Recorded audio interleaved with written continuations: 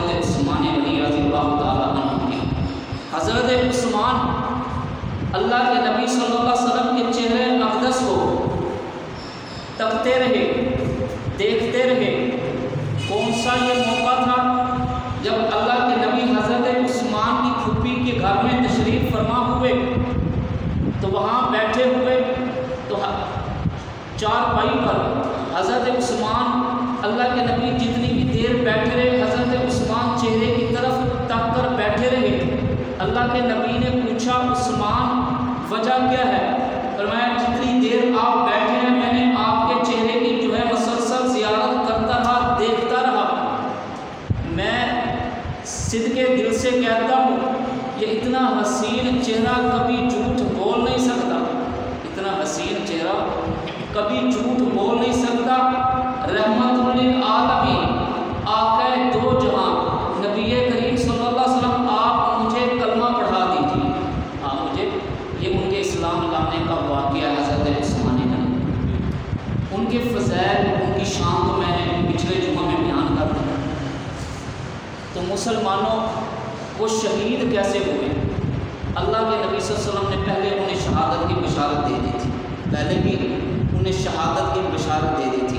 حدیث مبارک کے اندر ہے اللہ کے نبی صلی اللہ علیہ وسلم نے فرمایا عثمان اللہ تمہیں خلافت کی چادر پہنائے، اللہ تمہیں خلافت کی چادر، خلافت کی قمیض پہنائے گا، اور عثمان آپ نے یہ خلافت والی قمیض اتارنی نہیں، خلافت والی قمیض اتارنی نہیں۔ جب باغیوں نے آپس میں مشورہ کر لیا، منافقوں نے مسجد نبوی میں حضرت عثمان غنی رضی اللہ تعالیٰ عنہ خطبے کے لیے کھڑے ہوئے، انہوں نے شور مچانا شروع کر دیا۔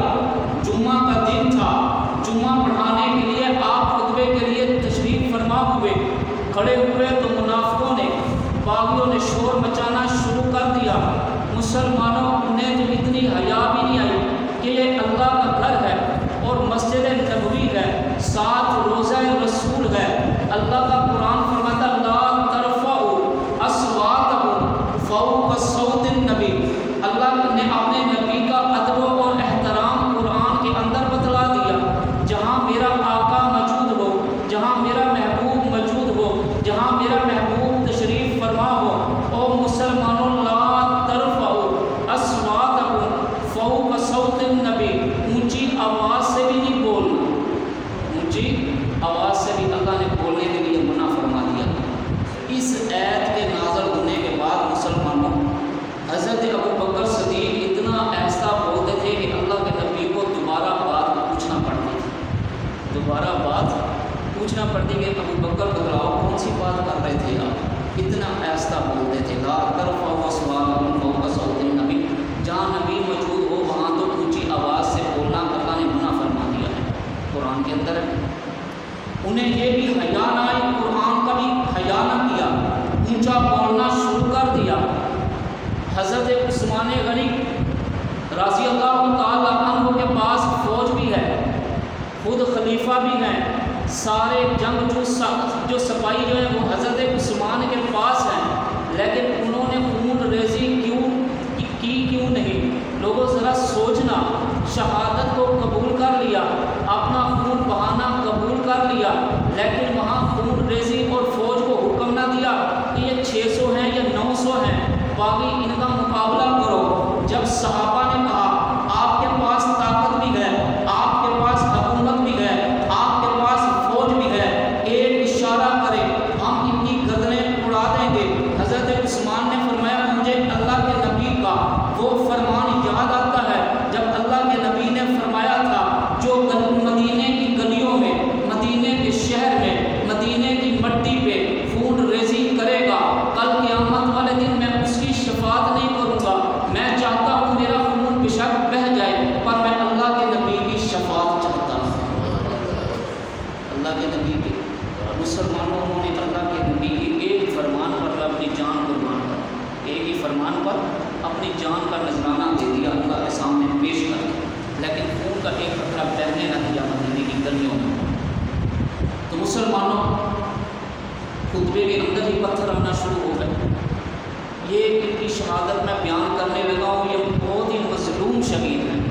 بہت ہی مظلوم شہید ہیں۔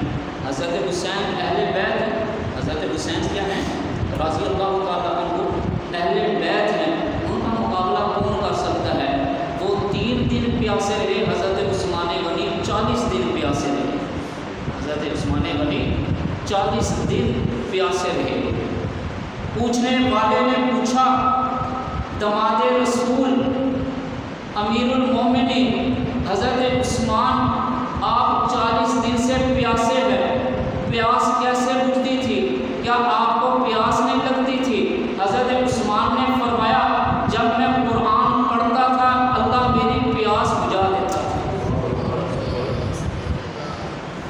ان کا جب شہادت کے بعد قرآن کو اٹھایا تو قرآن اتنا پوشیدہ ہو چکا تھا، پڑھ پڑھ کے پرانا ہو چکا تھا، شہید ہونے کے بالکل قریب تھا۔ تو کسی نے پوچھا، حضرت عثمان آپ قاری قرآن تھے، آپ حافظ قرآن تھے، آپ تو زبانی بھی پڑھ سکتے تھے، پر قرآن سامنے رکھ رکھ کر اتنا پرانا اور پوشیدہ ہو گیا کہ شہید ہونے کے قریب آ گیا ہے۔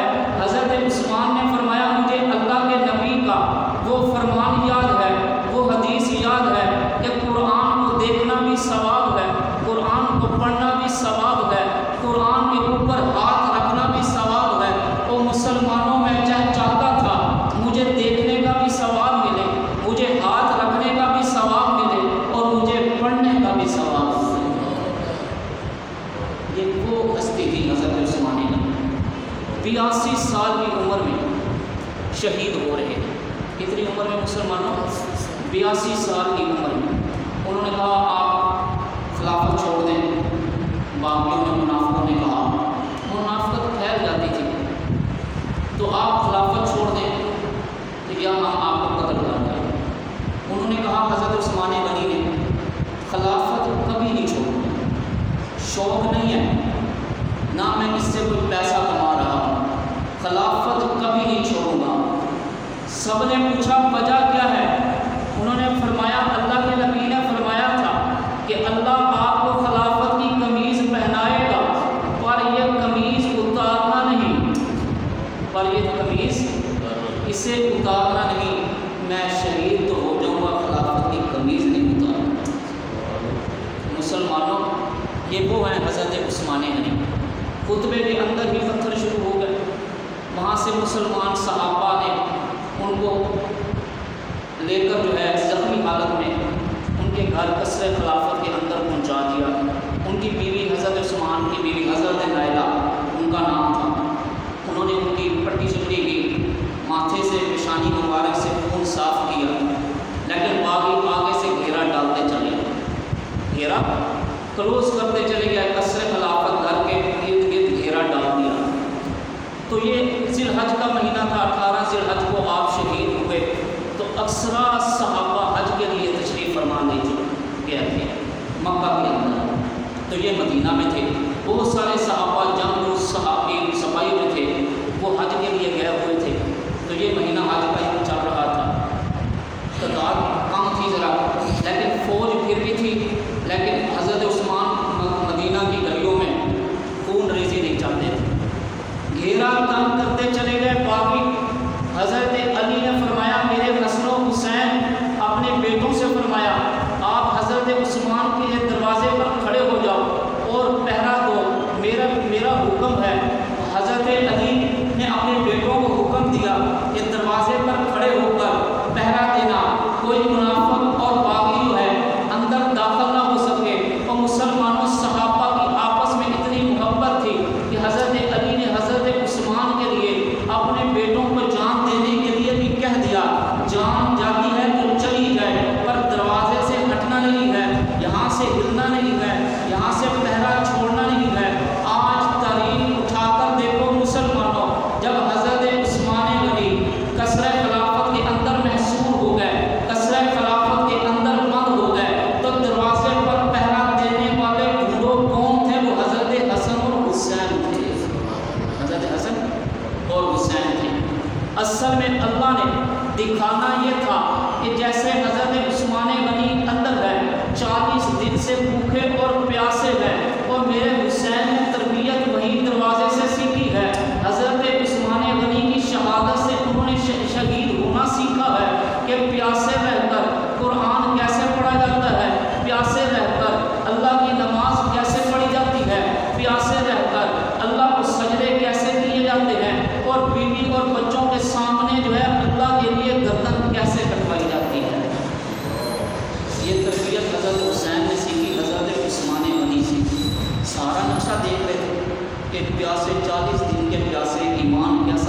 آگے بڑھتا چلا جا رہا ہے۔ حضرت عثمان کا ایمان پہلے سے بھی زیادہ تیز ہوتا چلا جا رہا ہے۔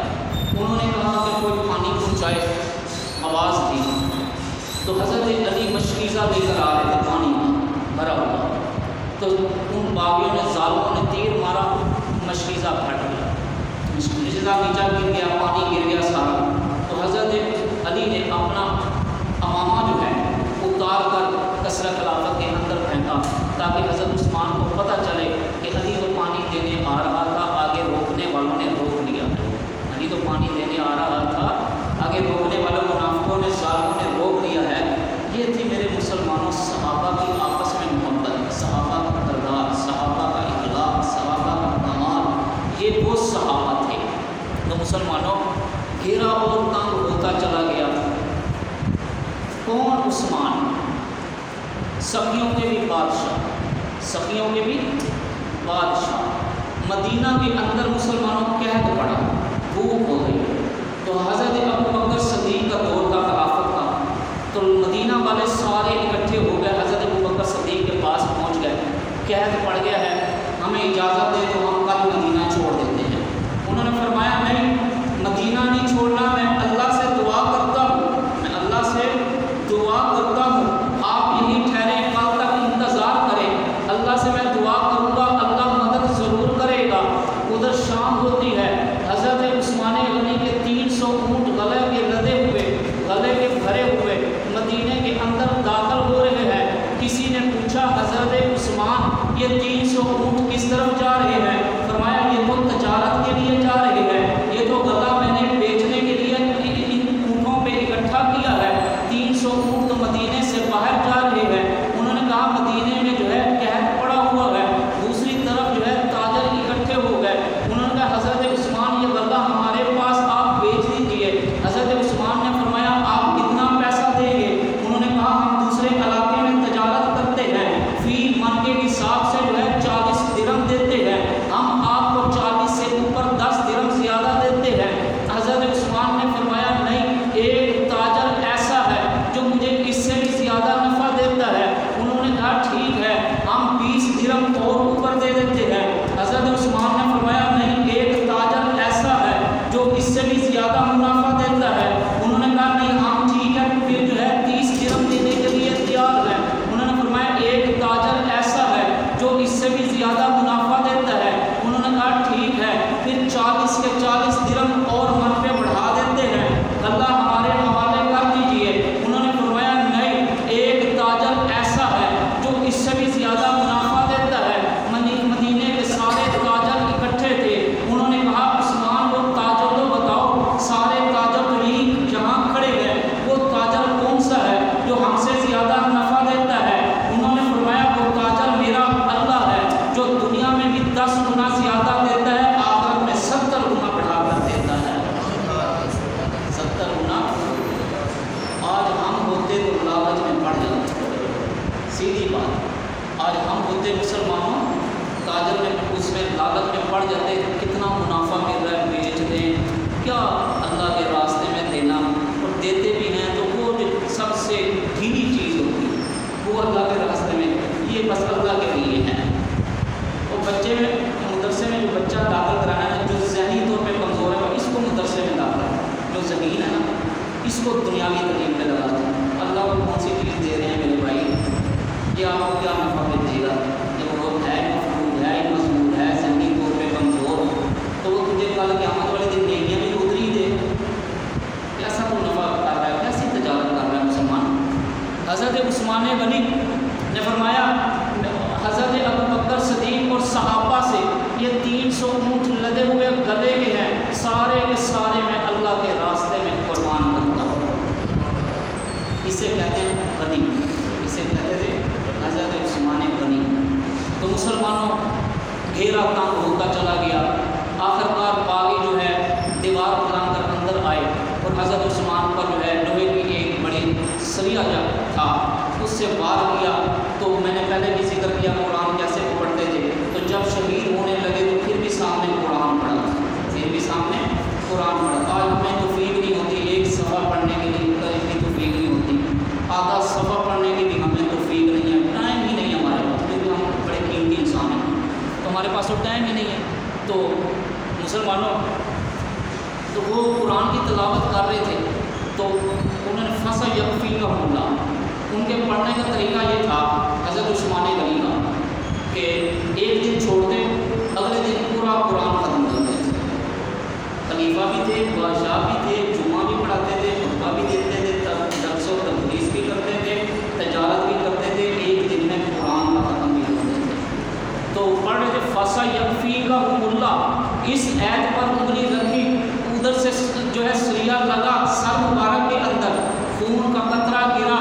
اس ایت پہ فصل یکفی کا حملہ وہو السمیع العلیم کہ اے عثمان گھبرانا نہیں، اللہ تمہارے لیے کافی ہے.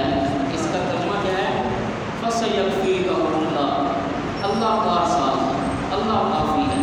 وہو السمیع العلیم، وہی سب دیکھنے والا، وہی سب کچھ جاننے والا. علیم کیا تیز ہے. تو اس ایت پر ان کی انگلی تھی جب خون کا پہلا قطرہ گرا. مسلمانوں اس سے پہلے انہوں نے جب دیکھا کہ گھیرا بڑا تنگ ہو گیا، لیکن فوج بھی تھی، ہر چیز تھی، لیکن مدینے کی گلیوں میں خون ریزی نہیں چاہتے. شہادت کو قبول کیا، جان دینا قبول کر لیا. تو مسلمانوں